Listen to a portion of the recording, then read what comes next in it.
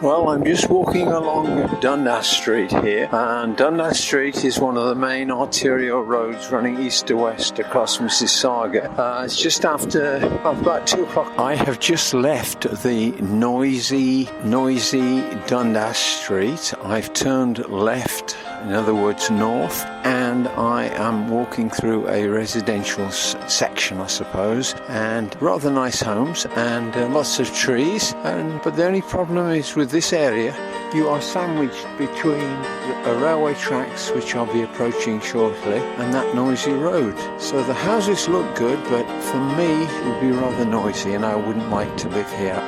I've just reached the top of the road and ready to turn into the forest, which is the objective of my walk today, and took a little video of the housing construction that is occurring on the street. Very large homes. These are homes with 8 bedrooms in them, and it just really makes you wonder, in the middle of the pandemic, who is buying these places. But they seem to be popping up everywhere. You get the small houses being torn down and these luxurious homes being put in their places. Can't say I particularly like them. They seem to occupy almost the whole lot, and there's not much space there for a garden, and they're right bang up against each other and against the houses on the other side. Well, I've just turned into the forest now, and there's a major walk through into the forest. The track is about, I suppose, 10 foot wide. It's not maintained by the city or anything, so the snow is basically compacted on the ground. You have to be a little bit careful, as you might slip and slide in the perhaps more hilly parts of the forest. But by judging by the number of footsteps on the ground, should I say, a lot of people have been walking through here. It's a favourite with dog walkers. Just looking into one of the clearings here, I have seen people picnicking here, and I'm sure that it's used for, parties. People come down and light a barbecue. They're not supposed to do it, but I think they do it because you see ashes on the ground in the summer. Very picturesque, rather kind of cold looking at the moment, but it's a beautiful spot. Unfortunately, as I say, it's very near that railway track, so the peace is broken by the rumbling of those wagons, not infrequently.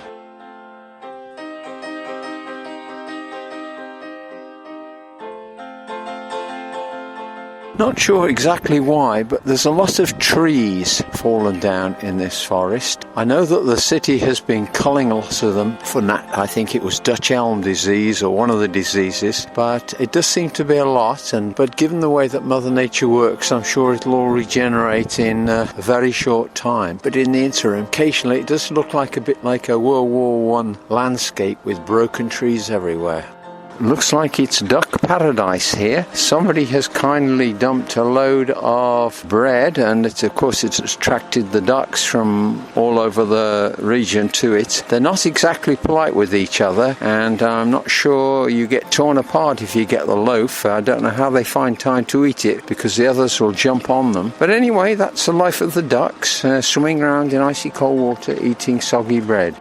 Well, surprise of surprise, I did make it safely down the hill. I don't have to admit, but I will admit that I did end up on my backside one time. Luckily, I had this monopod on which I've got the camera, and it kind of prevented me from sliding all the way down the hill, but probably not a wise thing to have attempted on such icy conditions.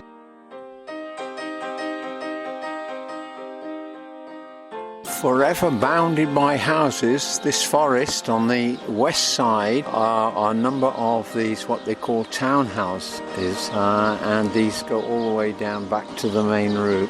Must be many thousands of people. I've often wondered about living here, that they must in the summer have a lot of mosquitoes. Can't be sure of that, but it would seem so near to this river that there would be a healthy mosquito population.